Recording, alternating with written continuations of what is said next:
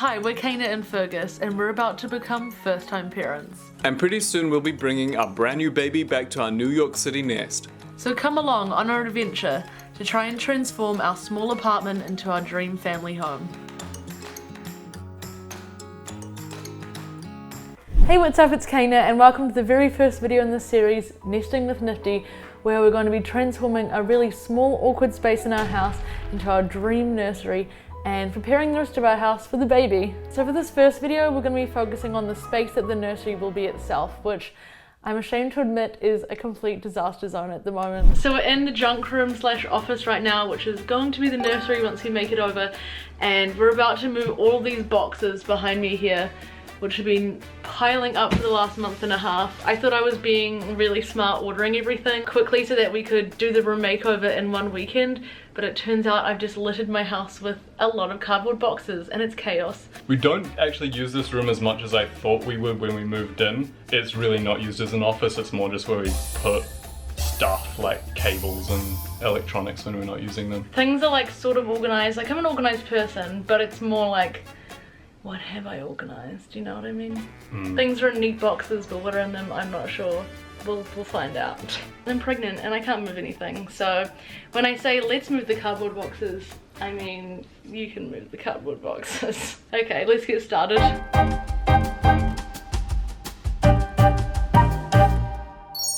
So the answer we've come up with to where to house all of the stuff from our office is turn what is currently a clothing wardrobe into an office space. It sounds crazy, but we actually have a dining room table, so we don't need anywhere to sit down and work. We can use that.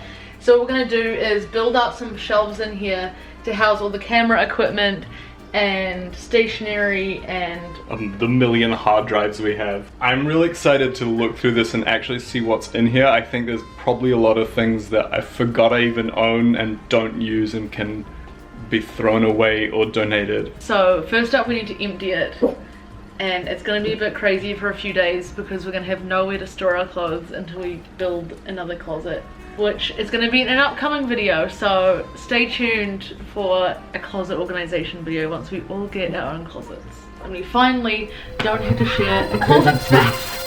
Hallelujah. I'm excited. It's just too small for two people.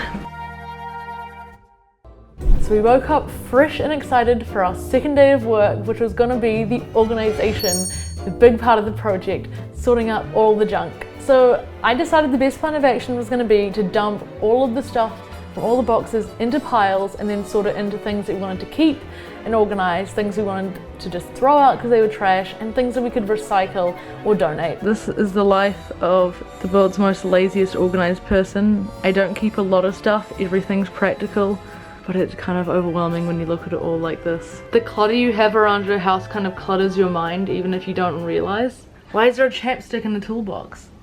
Why is there a tiny patch of a saxophone? We don't need this much random stuff, and I'm really glad we're doing this before the babies come. I assume we're gonna have a lot more random baby clutter in the next few years, so it's quite overwhelming looking at all the random crap you've just been shoving into a box for years.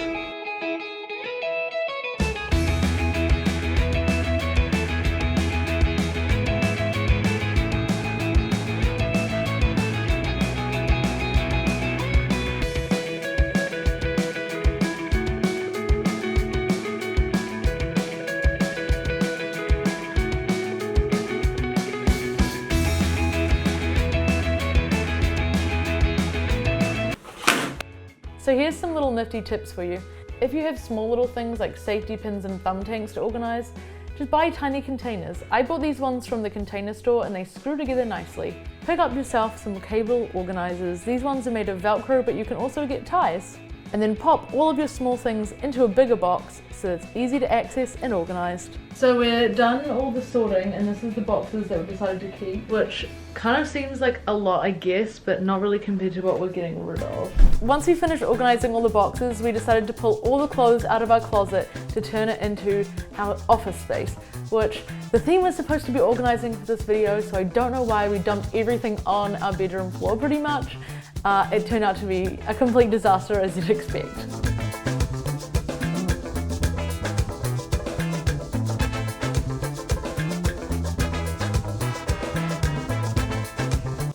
Oh no, it's a weird.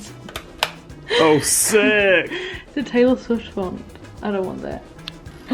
Why does it keep printing ugly? This is the before and after of the closet, and damn, it is better than I thought it was gonna be. I take back all I said about not being organized. I am an organizing queen. Confessional, I think that I'm going a bit crazy. I'm so tired, and this room is not done.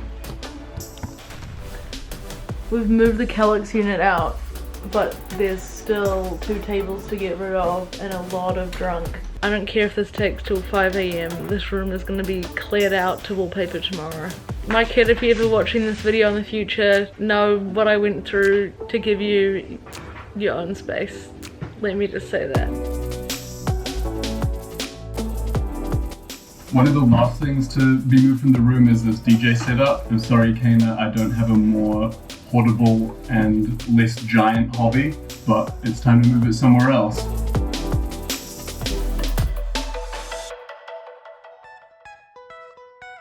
It's actually day 3. We were up until probably what, like midnight last night. Yeah, trying to finish it. What we have to do now is sweep the floors and fill the holes in the wall, and it's gonna look like a brand new room. And I'm very excited for this to be done with, so we can start the fun part. Do you feel damaged? I'm okay. Yeah, we just ate a cheeky McDonald's, you know, so like, I'm feeling pretty good. Don't judge me. So then it was time to move on to prepping the surface, so I went and sanded all the little holes in the walls. So then came the last part in this whole entire process, which was plastering and painting, the grand finale. So when Fergus came back with the plaster from the hardware store, I just spackled over the holes and gave it a bit of time to dry, and then we just painted over with the same colour paint that we already had on the walls, which is, the brand is called Bear, and it's a plain white. Oh my gosh, I can't believe this room's actually empty and ready to be turned into a nursery. It's no longer our gross living room, Dick. I've learned something that I already knew but had to relearn. Everything takes about 3 times longer than you think it will. True, this did take a lot longer than we scheduled for. I thought we were going to have the whole nursery done by this weekend, but it's not. I think something that I learned is that I take for granted that you do have DIY skills. Often around the house I do all the organising and the handyman work, handywoman work I should say. But just because I can't lift stuff and I can't paint right now, you've had to take on a lot of that burden. But it was just nice to see you actually getting involved with the DIY process. I'm so happy with all the progress we made on this episode, and we finally have the room ready for the makeover, so stay tuned for that. And we also have an organised little office space, which I'm so proud of. It looks so neat. So thank you so much for following along in this video, and I'm really excited to show you guys the rest of the house and the nursery. Bye!